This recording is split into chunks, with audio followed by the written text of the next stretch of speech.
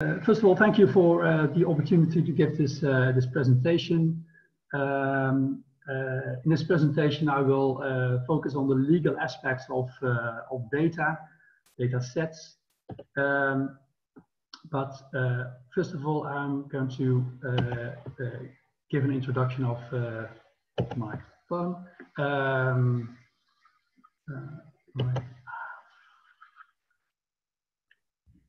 Okay.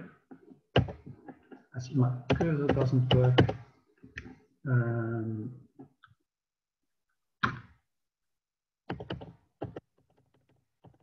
Sorry for that. Yeah. First of all, my law firm, BG Legal, 20 lawyers in Den Bosch, Eindhoven, Tilburg area, the south of the Netherlands. It's a full service company. My expertise is more IP, contracts and competition law. And my firm focuses on some branches such as technology and health. And because of that, we have also a presentation at Pivot Park, the life science campus also in the south of the Netherlands. As I mentioned, I'm going to give this presentation on the legal aspects of data. I'm going to see what it means to health data as a specific kind of data, and I'm going to end with some conclusions.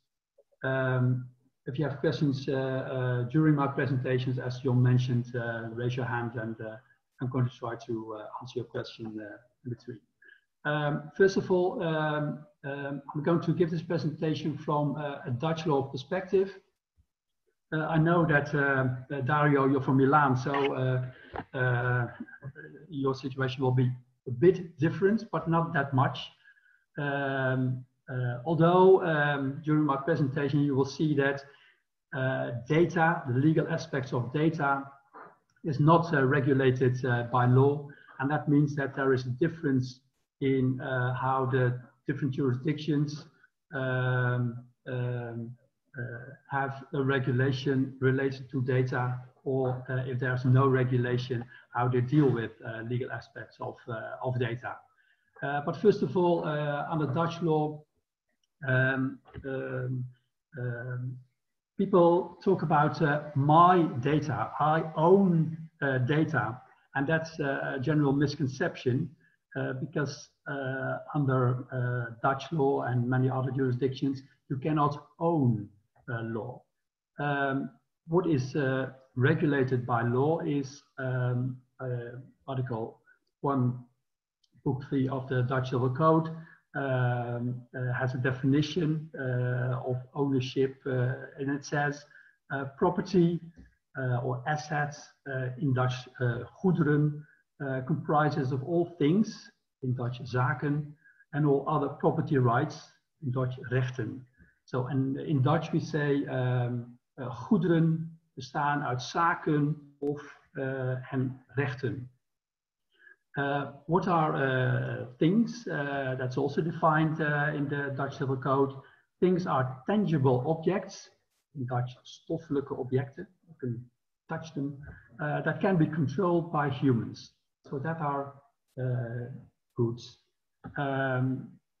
What are the main, the most relevant aspects of ownership? That is use, control, transfer, and a kind of exclusivity. So this is the definition for things, for zaken. The other part is the rights. How does that relate to data? We have some intellectual property rights that are interesting when you are looking to do data. The first one is copyright. What is regulated by copyright?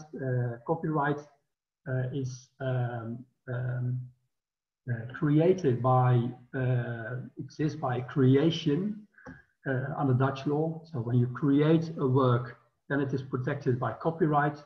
In some other jurisdictions, you have to register a copyright, but not under Dutch law. So the fact that the moment I paint a painting, copyright exists.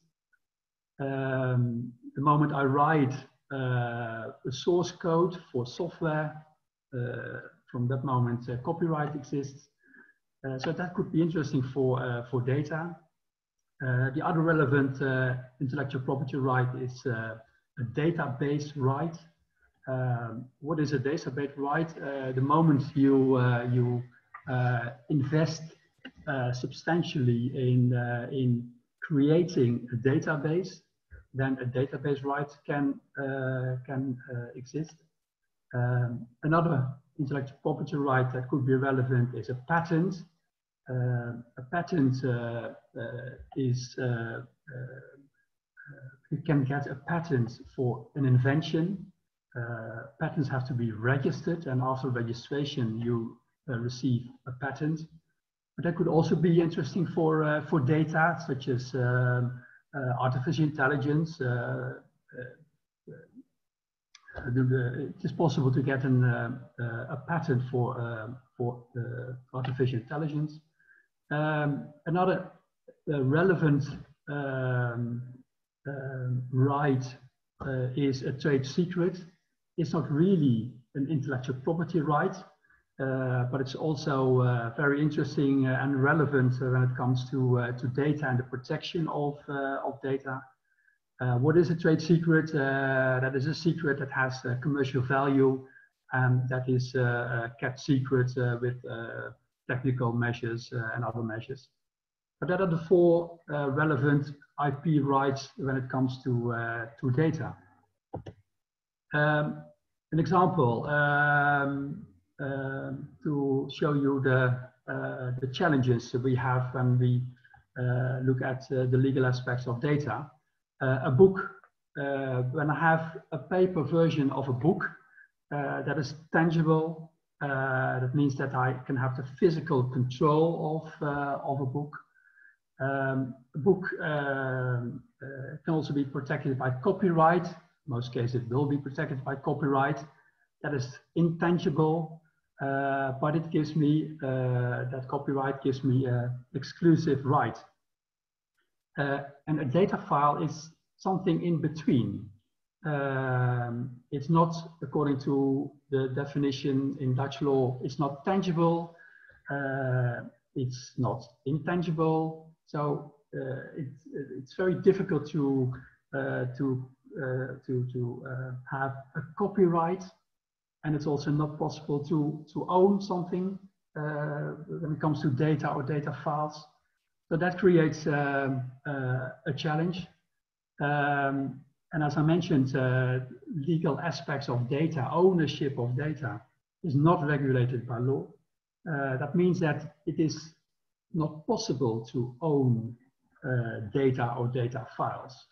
And that means that for the relevant aspects of ownership, we have to look for other means to regulate the use, the control, transfer, and exclusivity of data and data files. And that means that we have to try to create a factual and contractual situation that is similar to legal ownership. So since the law doesn't regulate ownership, we try to create factual and contractual a situation that is similar to the legal ownership. For parties, and that means that that we have 4 elements: use, control, transfer, and exclusivity. By way of factual measures and by way of legal actions, we try to simulate that situation of ownership. Factual, I've given at the slide how we try to do that. For use, we try to secure the data. We try to make backups. That makes it possible to keep using the data. The control, we make sure that we have access to the data. When it comes to transfer, we can copy or hand over data. And if we no longer want to use it, we can or after we transferred the rights to the data, we can have the one who transferred the data to delete the data and backup and all backups. And on the contractual side, it is we try to regulate this in all kind of contracts. Contracts like transfer data agreements, sharing data agreements. So that's what we try to do in contracts. Confidentiality agreements, transfer agreements, all kind of agreements. But an agreement is only between the parties to the agreement. Parties who are not third parties are not bound by what is in the agreement. And then we have to fall back to other legal instruments like tort, in Dutch onrechtmatige daad. But it's very difficult to have a case on tort when it comes to the use or misuse of data files. But that are the legal options we have when it comes to data. For parties who are working, creating, co-creating data, these are the legal constraints. Questions like who bears responsibility for the actions of software, who is entitled to intellectual property rights on inventions or results from software, how does data relate to the different laws, such as privacy, competition, liability, and what are the ethical aspects of the use of data and how does it relate to human rights, security, consumer protection, competition, and jobs. As I mentioned, it's not regulated by law. Not everything is regulated by law. Some aspects are regulated by law, such as privacy, the GDPR.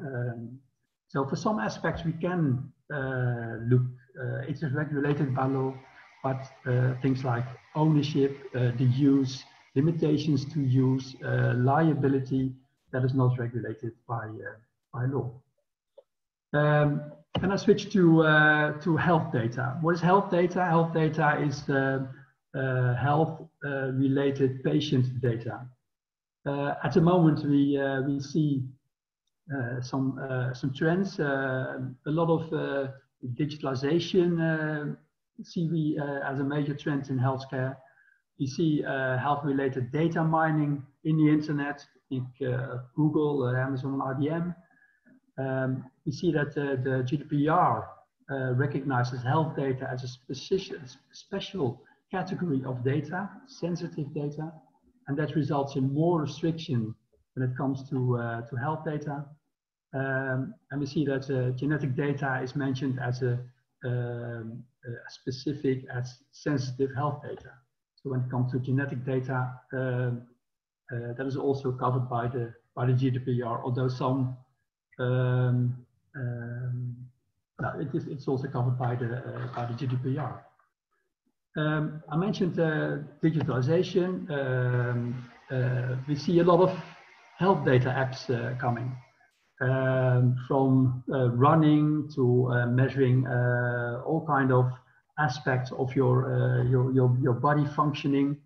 And at the moment, the Corona app is gets a lot of attention. The developing of the Corona app, the limitations, how does it relate to your privacy?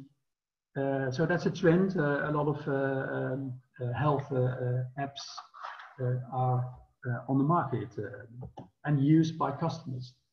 And all these apps, but also other ways, health-related data is gathered, and that can be on a voluntary basis. For instance, the apps, you have to install the app and give permission to collect your health data. Sometimes it's obligatory. We see examples of, for instance, health insurers. Insurers, they say when you give me the data, it's has an impact on the reimbursement of your costs. We also see it on the internet that although we do not realize it, it is collected when we use search engines, and we use cookies. That's also collects data that can be health-related data. You will all know the example of, and I don't know whether it's a fake or, but it's a much used example. The family in, I thought in the US, that received package for material for someone who was pregnant, although the family didn't know that someone was pregnant, but just because on the internet information was searched for pregnancy, that resulted in all kind of conclusions, and because of that, they were sent material for the pregnancy. And also we see that health data is collected from on other ways on the internet, the use of AI. So a lot of ways of collecting health-related data. How is it protected? I also mentioned the GDPR, but that's not the source, the beginning of the protection of privacy. It results in it goes back to the European Convention on Human Rights, Article 8. That is the foundation for the protection of privacy. And it says you have to respect private life, family life, and that's the background for the GDPR. It's based on this article. What is also relevant for the discussion about the Corona app is that this basis for the GDPR, Article 8 of the European Convention on Human Rights, also gives a limitation of the right for privacy. It's also mentioned that in this article, Article 2, that public safety or the economic well-being of the country, that can be a reason for restricting the right for privacy. That can be relevant in the discussion about the Corona app.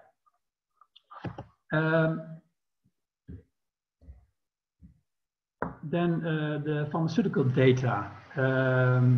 The main objective of the GDPR is the protection of personal data. It's a fundamental right, as I mentioned, based on Article 8 of the European Convention for Human Rights. And the GDPR provides that everyone has the right to the protection of personal data concerning him or her. And any information related to an identified or identifiable natural person, that is personal data, and that is protected by the GDPR.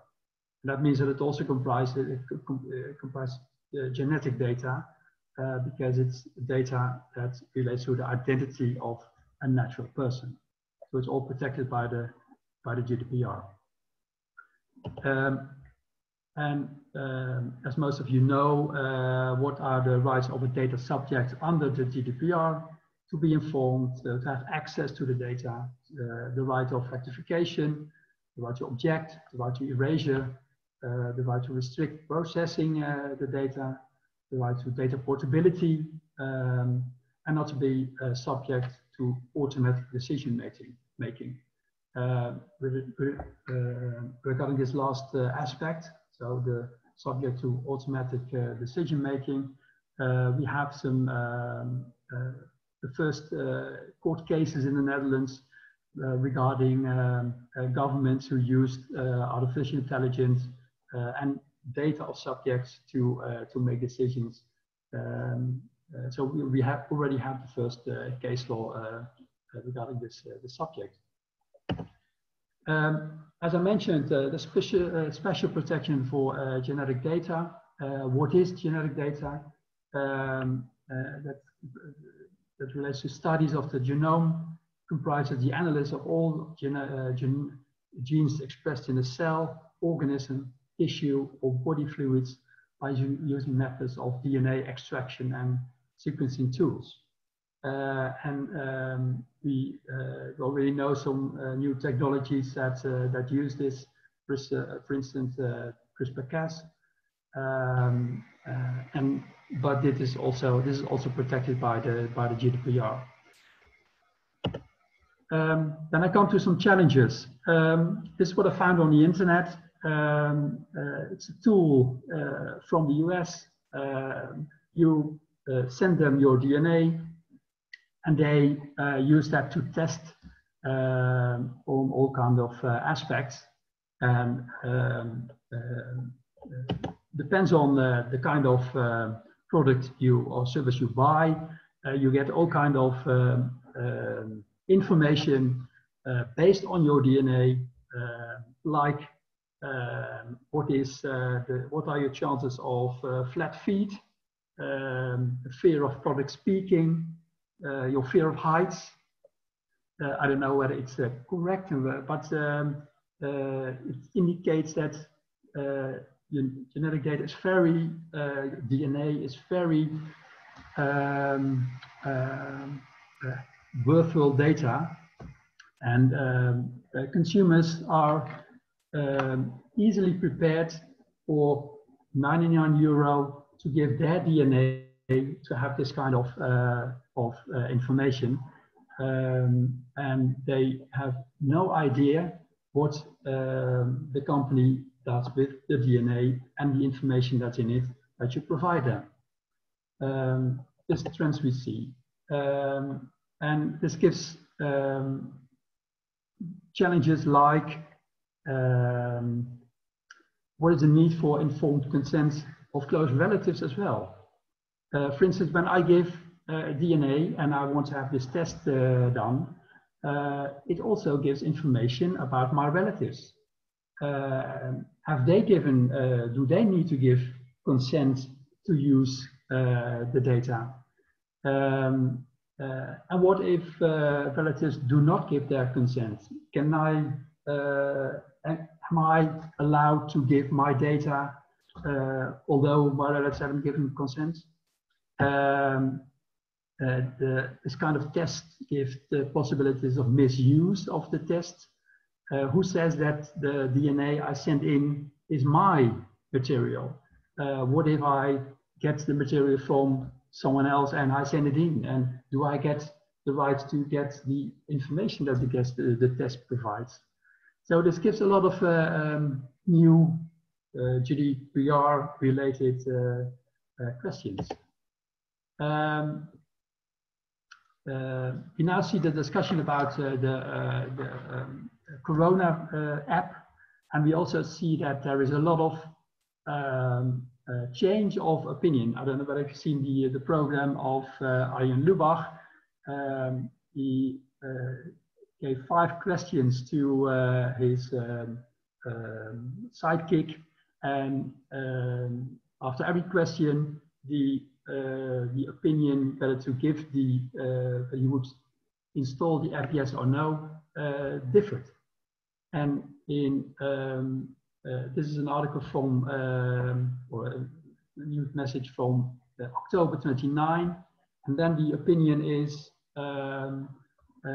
patients who should have control over their own data. A few months later, the Dutch Autoriteit Persoonsgegevens says there is Corona app should guarantee the privacy. But the moment we asked the public, would they be prepared to give their privacy for the Corona app, 2/3 of the people who took part of this query answered positive.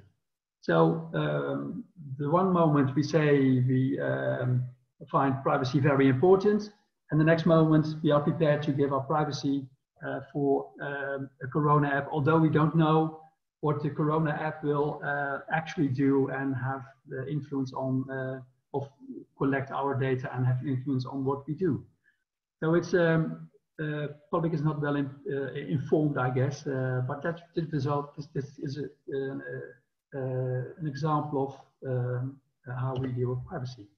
I come to my conclusions regarding the legal aspect. I'm also already mentioned it's not regulated by law, and that means that for the use, the creation, the co-creation of data, we have to regulate this in contracts.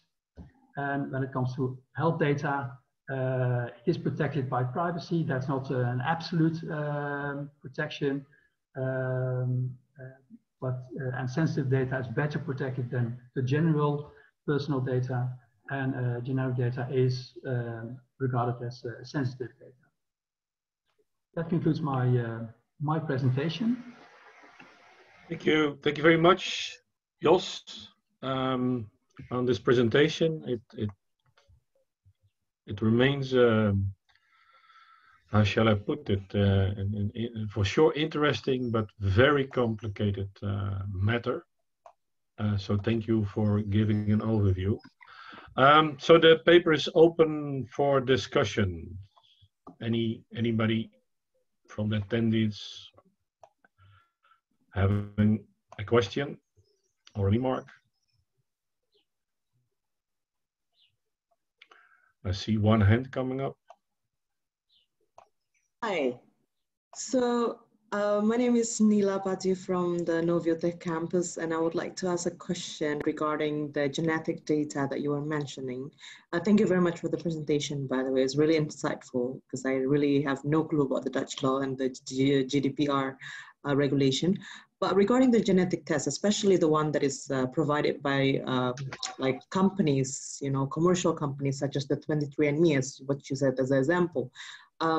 So is this data fall under the GDPR protection data, or do we have like, you know, GDPR protection data because it's a healthcare data, and also we need to have a contract in regarding with the company to have a protection on the genetic material that we give to them?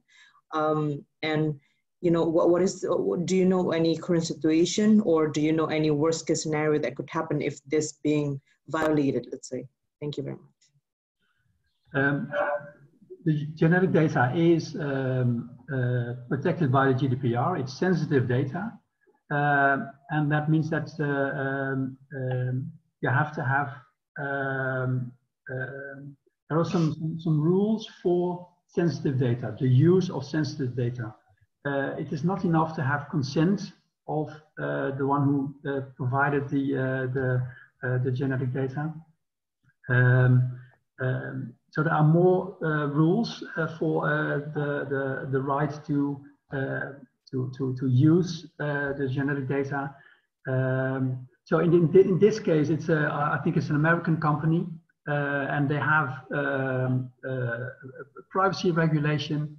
I haven't checked it on the GDPR, but to answer your question, yes, this is this kind of genetic data is sensitive data under the GDPR, and it has more restrictions than the general data. So when you use this kind of data, you are bound to more restrictions than ordinary general personal data.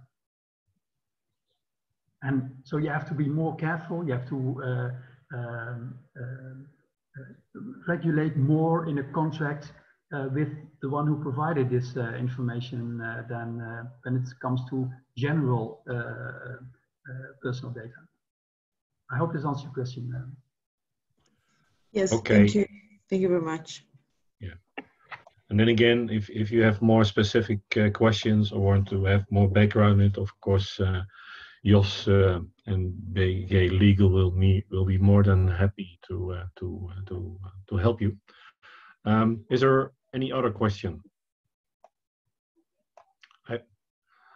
I have one, Jos, related to the statement that you made on one of the slides that under the GDPR that it could not be subject to automated decision making. So in relation to artificial intelligence, to me it sounds maybe a bit black and white, but does this making use of artificial intelligence in data very difficult? Is it possible at all? It is possible, but you have to be very careful. The examples are from, I'm not sure whether it was the city of Den Haag or Amsterdam, who used this kind of data and AI to make policy on social security benefits, I believe. So it's used for profiling areas, profiling people who are entitled to or possibly entitled to social benefits. So and then it was the court said that it was not clear how the information was used and what kind of algorithm was used. So it is possible to use it, but you have to be very careful, and you have to follow certain rules on transparency and things like that. But it is possible, but there are extra rules, not a black box, but a transparent box, things like that. All right, thank you very much. If there's no more questions and time is progressing, Jos, again, thank you very much. We're going to go to the next speaker, who is Michiel. And it's a nice bridge after the last thing that you explained about using data, because I think the organization that Michiel works for is using a lot of data in very nice studies. So looking forward to see your presentation, Michiel. The floor to you.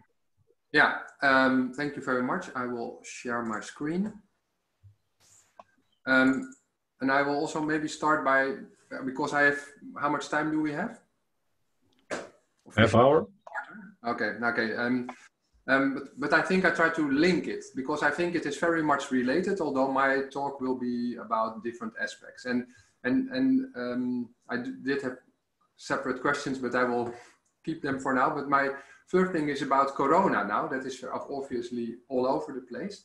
And this is the first time, I think, actually, what you said between privacy and Corona is very much about behavioral economics. So what I try to say is that now we feel basically we are in fear of getting the disease. And now you get into a very different discussion about privacy.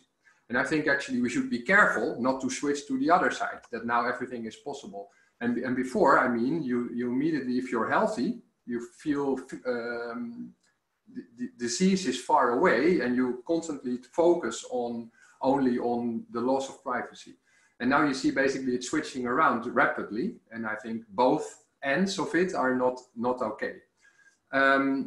But ATI and my talk is about what can you do with data, and we use a special path, which is CBS, which is a Dutch law. And it basically helps you that if all these data, which has a private base or a sensitive base, there is a Dutch law, CBS, who basically says for historical, statistical, and scientific research, they have the right to pseudonymize the data, and before it is being published, anonymize the data. And I think it is very much unknown. There are a lot of restrictions because you can't use it in a personal way like Google does. So you can not say this person has this disease, etc., etc. You can only say at least 10 people like you have similar profiles or are in a similar group, and they have these socioeconomic aspects. And that's basically what we chose to work with. And actually Martijn Kriens, who is here, was very pivotal in that decision, because we were among the parties who tried to get as much as possible different kinds of data to ATI. And then it becomes, it's hugely sensitive. Can we be a trusted third party? All kinds of discussions that some people of you might recognize. And then we thought, no, we should do it the other way around. How can we bring data to an institute which is under democratic law? So it's not a private company. And actually you can differentiate your data in a way that I think we can work with it for at least the coming 10 years. You can make very small specific groups which are even for treatment, but especially for policy and other use are, in my opinion, very suitable. So let me start because Ati started, now I also have to understand how I can go to my next slide. My God, let's skip this one. Ati is a not-for-profit organization. We are kickstarted by the city of Amsterdam, as you can see here. And actually it was from you could win 50 million to start an applied technology institute, which we didn't win. But it was basically MIT and Wageningen and Delft who won for a very different topic from health. But the city was still very interested, and now in the end we got a 10-year contract for around 13 million. And what we try to do is we try to focus on entrepreneurship and innovation in health tech. Now, and at the core of it is how we work with data. We are in that sense a traditional organization. We have collaboration in public, private, corporate, private, and academia.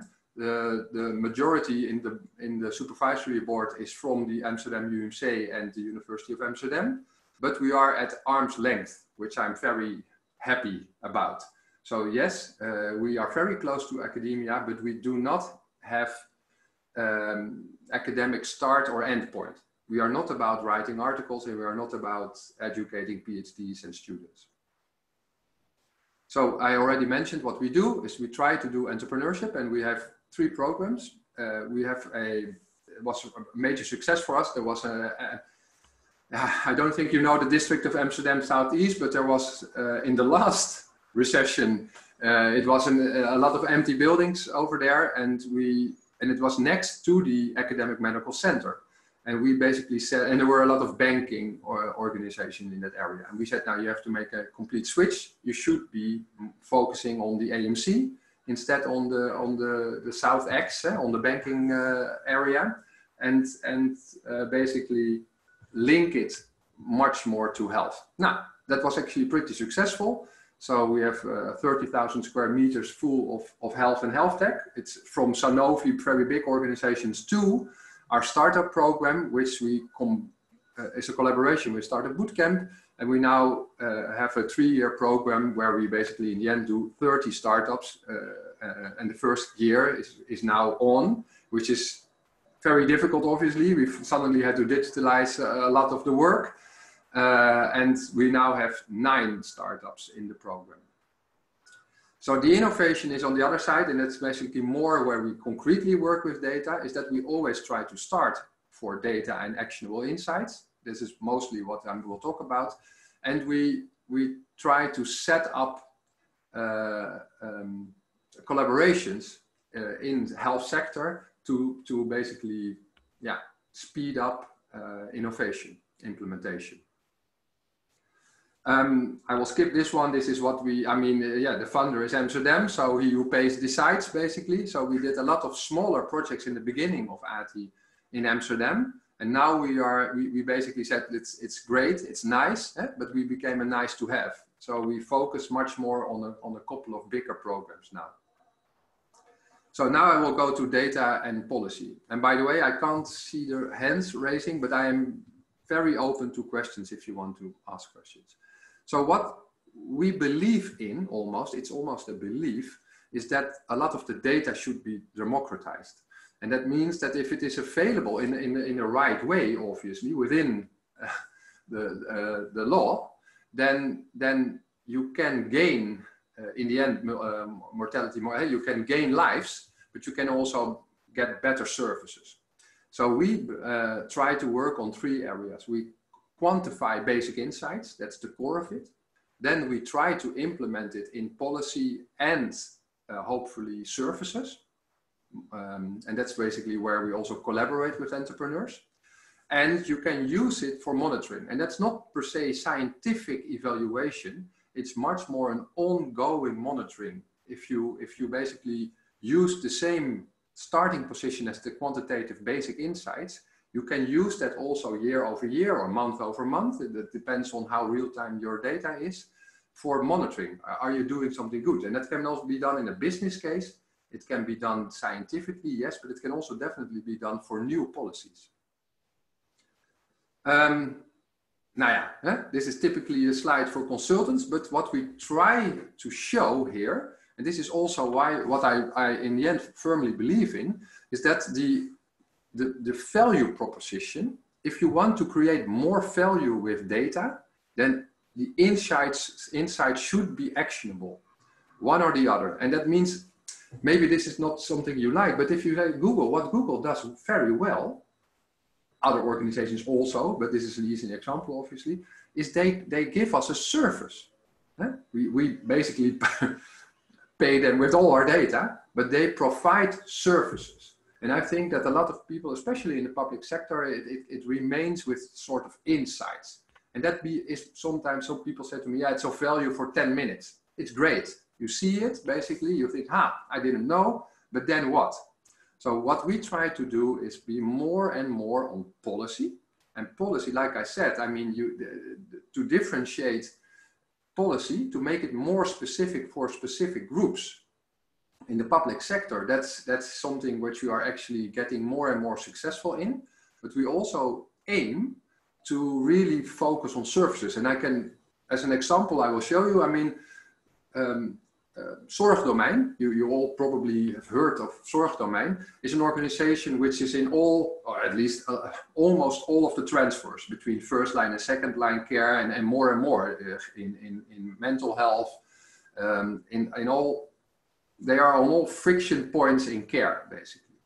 And obviously, it is done by the GP, for example, and the GP makes a medical decision. Do I need to send this person to a specialist? Now, that's the core of it, obviously, but I mean, a lot of diseases and therefore also a lot of the transfers should not only be medically. It should be helpful if that person has more insight into a socioeconomic group. What is the chance that this person develops mental health in the second line? Is this person in a debt program, for example, which is not a medical condition, but we all know that it is very important for the severity of, for example, mental health. And we think that we can enrich basically the data so that the doctors and others can make better decisions, basically, not only on the medical data, but also on the social context data for that person. Now, okay, so then I thought, actually, this is all not micro data. This is all just normal CBS data. The middle Netherlands here is basically what we see every day. This is the number of hospitalizations given by RIVM. They basically, this is the real numbers. They basically use, because it's a lot of light blue here, and they use a different legend, but it's the same data. And what we try to look at is that we know that people who are older have a much, there's literature on it, international literature already on COVID, who is basically vulnerable to getting into a hospital. And this is done on a municipality level. So we showed basically, if you combine the two, where do you expect more hospitalizations? And if you would go one step further, and this is what we are now talking about with the health municipality services and the RIVM, can you make predictions basically on what you think the infection rate is? Because if you basically correct it for the demographics, you get closer and closer. Obviously, then we are now working on the underlying diseases. So it's age and underlying diseases, which is basically dominant for the number of hospitalizations.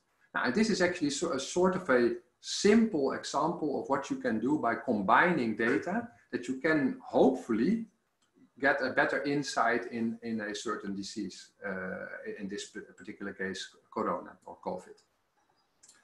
And you can do it actually, this is still all legal without using personal data, on a very low level. People might not recognize it, but this is Schiphol here, this is Amsterdam. So this is the area on a buurt level, on an area level. Very detailed, the rather big differences in demographics of people. And you can go way further. You can look at where, anyway, you can have multiple ways of looking at this data and try to, maybe for a next phase, to have more local measurements, basically. Local policies, that's the word I'm looking for. If we had now, it's Netherlands open, Netherlands closed. And I think we will go to another system where you need more local information, basically. So this is not the silver bullet, but it's just an example. And this is actually an example where it is used in different policy. It has something to do with the background of our group. This group has its origin basically in HIV care. And what you can see is that HIV medically, it has not changed. I mean, the virus does change, like COVID, by the way. It's all both RNA viruses. But I mean, the disease itself and the consequences are, without treatment, obviously, did not change since the 90s or the 80s.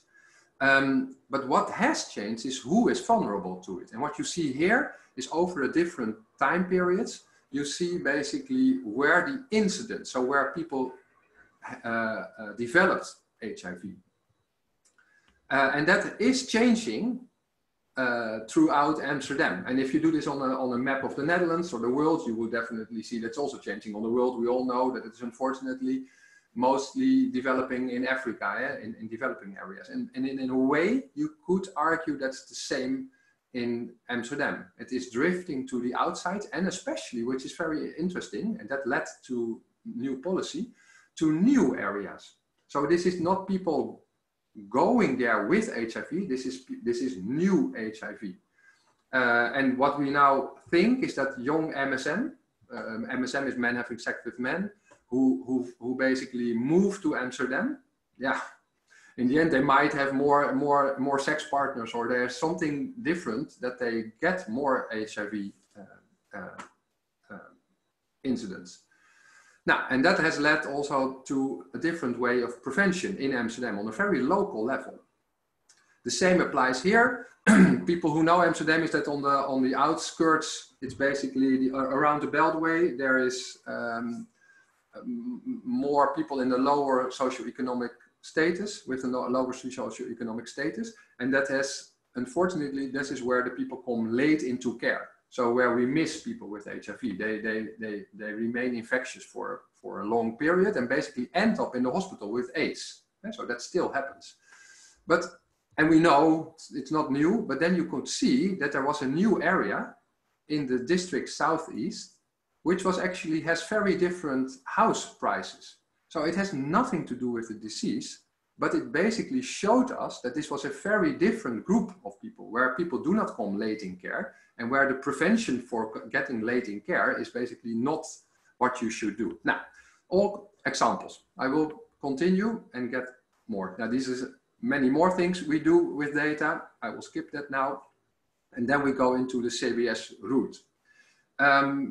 Because, yes, I think it is a very workable way, but it is obviously not without consequences. First of all, why do you want to do it? Now, is that, I already mentioned it a couple of times, but CBS, we know it probably, we all know it, the Central Bureau of Statistics, and we know it from demographics mostly, from that we share a lot of data from income and all those kind of things. But there's also bronhouders, I don't know how to translate that, but there's also factis. So we basically have access on a personal level for all people's hospital data. And that's on the DBC level for the Dutch people, and on the essentiële verrichtingen, so the level below it. So that is really detailed information, and it adds basically up to the, 47.3, I believe, billion of costs in a hospital in 2017. So there's a unbelievable richness, and you can all combine these data.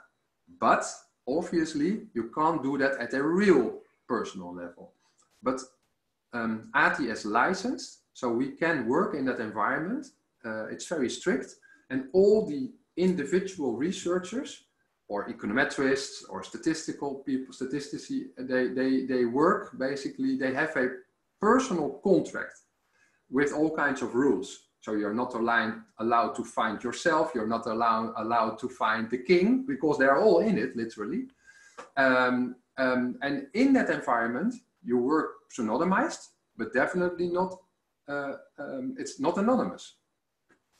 And if you want to present it, it needs to be anonymous. So how do you do it? Now, first you have to apply as an organization, and that's very strict. So most for-profit organizations are not allowed. But you can definitely use, and you can look at the list of organizations who are licensed to collaborate basically with these organizations. All universities have a license, but also some more private-oriented research firms who basically work for a fee. So how does it work? You first need to come up with a question, because one of the restrictions is that you are not allowed to completely be explorative. So you need to come up with a research question. And research, I mentioned the word a lot, but it's not per se scientific research. So we have, for example, a very broad question that we want to look at the links between medical data and socio-economic background. Now, and that offers, I mean, you can ask a million questions within this question. And there are some debates about this question, but in the end, we got it basically organized that we are allowed to look with all levels in the data I just described for these kinds of questions. And then you need to basically prepare, so you need to be licensed, and it's also quite costly. So you have to decide in which data sets you want to work. So one slide back, I show you, this is all different data sets. So the Factus data set with all the hospital costs and the first line costs, that is a huge set. You need to, if you want to work in it, it will cost you money for one time, but also every month you use it, it will cost you money. So we have a lot of data. We have the drugs data. We have obviously the basic data with all the demographics and the financial information, but we also wanted all costing information so that we are able to not only show the use, number of hospitalizations, etc., but also the prices the hospitals are paid by the insurers. And then basically you start working on it. So you have a question, a specific question, you do data analysis. It's done by the people who are allowed to do it. But before you can report the results, so all the things which are in this presentation are obviously checked. You need to go back to CBS, and it takes you about 3 days. It's not that long, but it will always take you around 2 or 3 days. They have to check whether, and you have to also present it in a way that you obey the rules. And like I said, it's, for example, you need at least 10 cases of what you want to look for. So let's take HIV. You need to be able to show that at least 10 cases in a certain area. So if you have a postal code, you can imagine that if you do hypertension versus HIV, you can show hypertension on a more detailed level than HIV. Luckily, because the incidence of and the prevalence of HIV is very different in the Netherlands. So all these kinds of rules you have to obey to. But still, it can be done at the level of detail, which is very different from how we operate now. Okay, and then what do we do with microdata? Is what you try to do and what is possible to do at the lowest level. You try to look at the factors that you cannot influence, and you obviously try to focus on the factors that you can influence. And so you start basically, this is also an easy example. Let's say that in one municipality, the average cost is 1,000, and in one and in the other it's 800 of anything.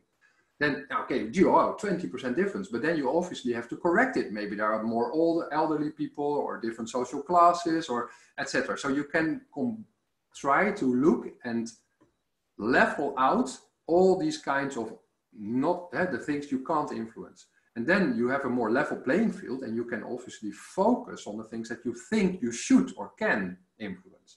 Now, that's what we do. So for example, what we did in the coming results, we showed we made more than 500 citizen profiles. They advised me to use the word groups, but we still say profiles here. And that means 500. That means it's all divided by income, household composition, age, migration. But you can, for all new questions, you can make the best differentiation in profiles. Then what we did, because I think it's important, money talks, it's maybe ugly, but we try to look not only at use, but we translated everything in cost. For some things you have to cost on a personal level. For all other things we had to make educated guesses, basically, based on the information available at higher levels. And then you calculate it per area. And in the end, you get basically the comparison between what you should expect, differences, or it should be equal, and then you look at the differences. But in the Netherlands, you have 6,000 area codes. And so here we have around 500 citizen profiles. So you have to understand that you lose power quite rapidly. And because if you do 500 times 6,000, you already get to 3 million, different profile area combinations with 17 million people. So you really have to look carefully on how you use basically profiles and areas, because on sometimes you don't want to do it on an area level. You can definitely do it on a municipality level or whatever. So, but this is not me doing these kind of things. These are people who are really educated. Mostly econometrists, but we also work with epidemiologists, obviously, and in the basis always doctors are involved. Now, I will skip this one. You can add up that we added up a lot of different policies in the Netherlands. Most of the people will recognize them here. So in this case, we work with a 60 billion file, and theoretically we miss 7 billion, which is not little, but I mean compared, we have this all at personal level, at the people level. Now, and then you can do all kinds of these things. This is, like I said, insights. It's nice. You can see the differences if it's not corrected. You can see the difference if it is corrected. By the way, the white areas are because not all municipalities are using WMO data. So we left them out. We still have quite a bit of the ones, I believe 180 who use it. But you can do this also at, again, this is Amsterdam, but you can obviously do it for all different places. You can look at, this are the stadsdelen, and these are the smallest areas. And what you see, basically, you first see that if you correct, there are still huge differences, but the differences get smaller, obviously, because you correct for socioeconomic and demographic aspects. And then if you go down, you say, okay, this is compared to the Netherlands, it's still quite homogeneous. It's not that insightful.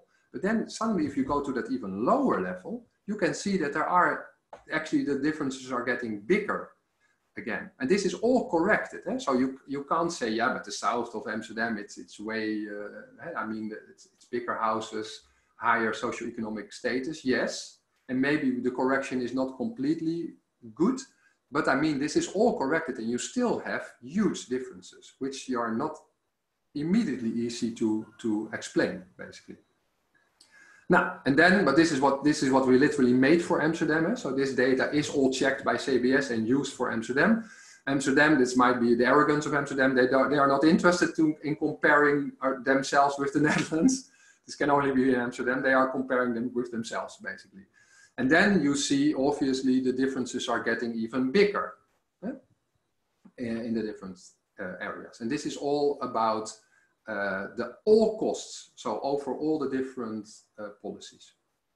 And what you can also do, and this is actually what really helped, and what is of big interest to policy makers is that what we now did is this is one of the 500 profiles. We look at a household income of between 140 and 280. That seems like a big, but it's just above social minimum, and it's basically around how to say it, the average income levels. We look at now at people who originally come from the Netherlands, double households who are not alone, and they are between 75 and 85. And there you can see, this is actually where they are very interested. In Amsterdam, they spend much more on this group of people. And they also have quite a difference between the different districts. And this is something that they could not immediately understand, because it should, in a way, be very much leveled. Maybe not leveled with the Netherlands. It can be that there is a policy in Amsterdam that they want to do more than average in the Netherlands. It's fine, but they didn't know, basically. And they also didn't know why the difference is relatively big, because this is about serious money, the numbers around it. And what you now look at is that you look at 2,700 people. So suddenly this is very actionable. Can you make a better policy, or can you check first why the differences exist? Do you comply with the differences? So it's not per se bad. Can you understand them? Is it what you want? And if not, how can you maybe change it and follow it over time? So this is constantly what we are doing. And here, this is in a way, people who recognize it, you want to have a diagonal line, sorry. It's not, but what is actually unbelievable for me, this is basically look at the WMO-kosten, so the wet maatschappelijke ondersteuning, and the wet langdurige zorg. And people who know, for elderly, this is related, because you go basically, if you need 24/7 care, you go to WLZ, and before that, often people are in WMO. But the differences, I mean, these are the extremes, and we only chose municipalities with bigger than 50, who are more inhabitants than 50,000. So it's not that there is one with a municipality with 1,000 people. It's all more than 50,000. And there are people who spend 0.5 basically for WMO compared to 1.5. So this isn't, it's almost random, I would say. And you can also see that there is no clear link what the costs are for WLZ, for the wet langdurige zorg. So we hoped obviously to find a very strong link, but the fact that you don't find is also interesting. And you can also look, okay, which municipalities are in this lower left corner, and which ones are in the right upper corner. And I mean, it costs more money. Are the people happier? Or is it better policy? Anyway, you want to understand, but if you look at money, you don't understand. There's a lot to explain why you spend 1.5 times more money than average on WMO, basically, because it doesn't really pay off in other policies. Anyway, you can, and I hope you have questions about it, you can translate this back. And that's one thing I want to say. This is the policy side, which we focused on mostly, but we work more with entrepreneurs who want to use this data to their benefit. And there are also, you can never do it basically for one company to show they are the best, but people use it to show their market, to show the differences basically here. And that can always help entrepreneurs who want to basically innovate, who have innovations in WMO. And you can make a level playing field that can, do you want to pay me if I basically make this picture better? So they can definitely use the same data to their benefit. Now, that's it. Thank you. Extensive presentation. Paper is open for questions. Anybody? Miguel.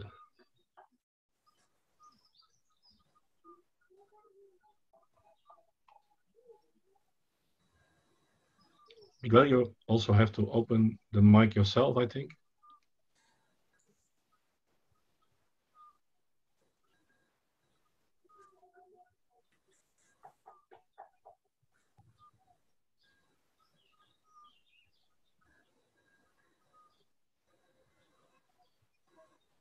Greeting. I think Marion needs to open the mic for Miguel. Maybe Marion fell asleep. That's also. No. But somehow I can't unmute Miguel. That's a bit weird. Hello? Can you use the chat? Yeah, there he is. There he is. Hello? He's there, so now he has to... Yes, we hear Hello? you, Miguel. Sorry. There you go, Miguel. No, I cannot hear. We can hear you, but... Hello? Can you hear me? Yes. Yes, we can. We can hear you. So, well, my question is mostly regarding to why is it okay to sell, use and manipulate the public domain data? I mean, why are you over everybody else? Okay. Can you repeat, Miguel? There was a little bit hesitation in. Yeah. Well, my question basically is regarding to the use and sell and manipulation of the data regarding to the licensing comment. Why is it okay for you to do it and not for the rest, let's say? Yeah, now that's the obvious answer is that we are more trustworthy than the rest.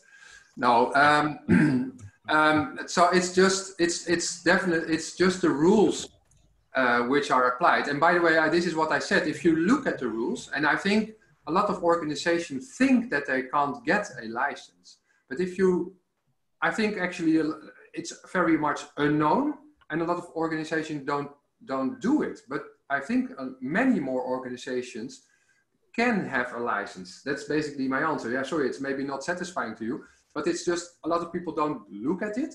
And what I saw, and this is also why it is so ill used, I can literally say that, it's not only that access. If you solve that access, I mean, it's not a BI environment. It's not something I can work in. You have to understand at least Stata or R. You have to be, it's not a kind environment to work in.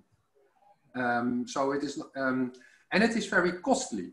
Literally the file I'm talking about is costing around, it's increasing because we keep on using it, but it's already costing around 25,000 euros. So in a way, if you have access to 60 billion of costs on a personal level, you should be able to find value in it worth 25,000. But I mean, it's just a relatively high hurdle also for academia because it's not done centrally.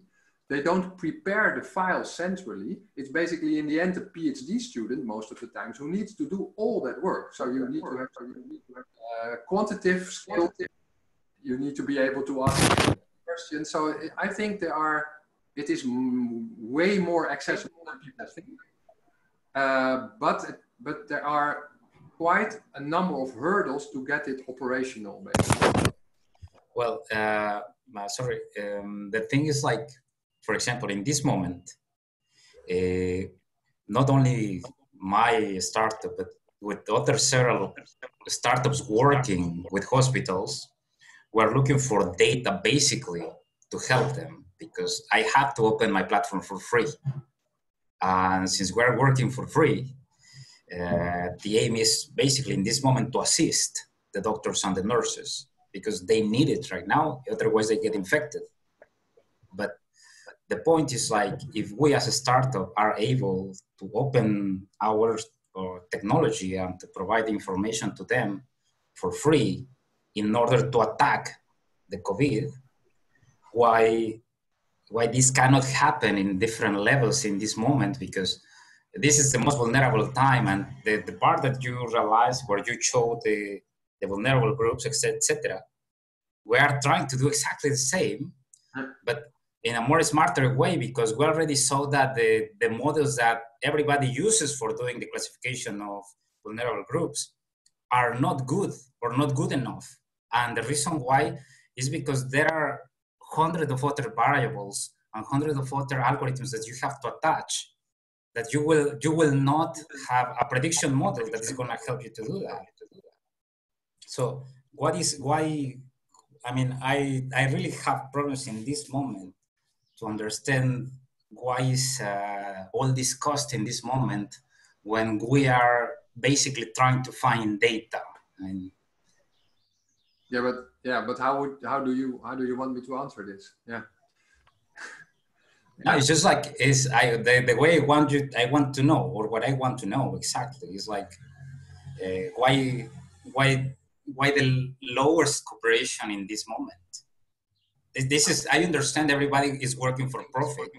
I understand everybody has to make money, but at the same time, the ones that are struggling there in the pandemic are the ones that say, well, we do whatever we want, whatever we can with what we have. So this is my question, because it doesn't make sense to me to say we have to spend 25,000 for a data or a file that we need to store somewhere and see if we can use it or not. Yeah, I'm sorry to answer it, but I mean, I may agree. It's just not that I don't have a benefit not agreeing. I would also like to get it for free.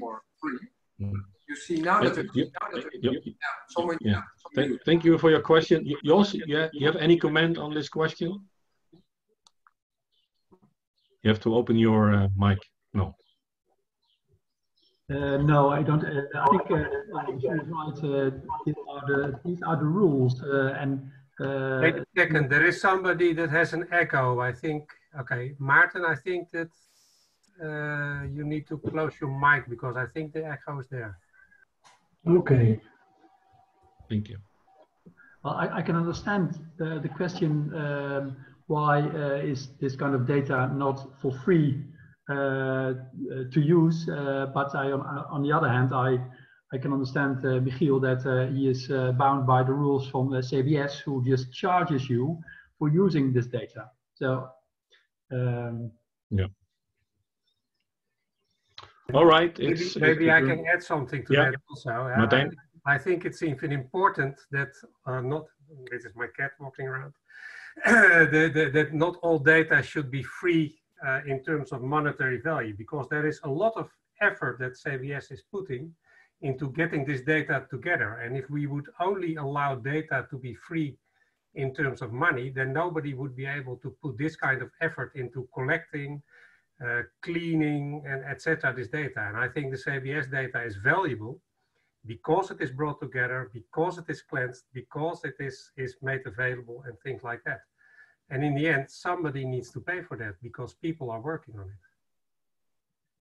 Can I only add, because I think I left one rather important aspect out of the presentation, is that, so this is the data which is already available at CBS. And it has basically a delay, which is most of the time the biggest problem. So you always look at relatively old data.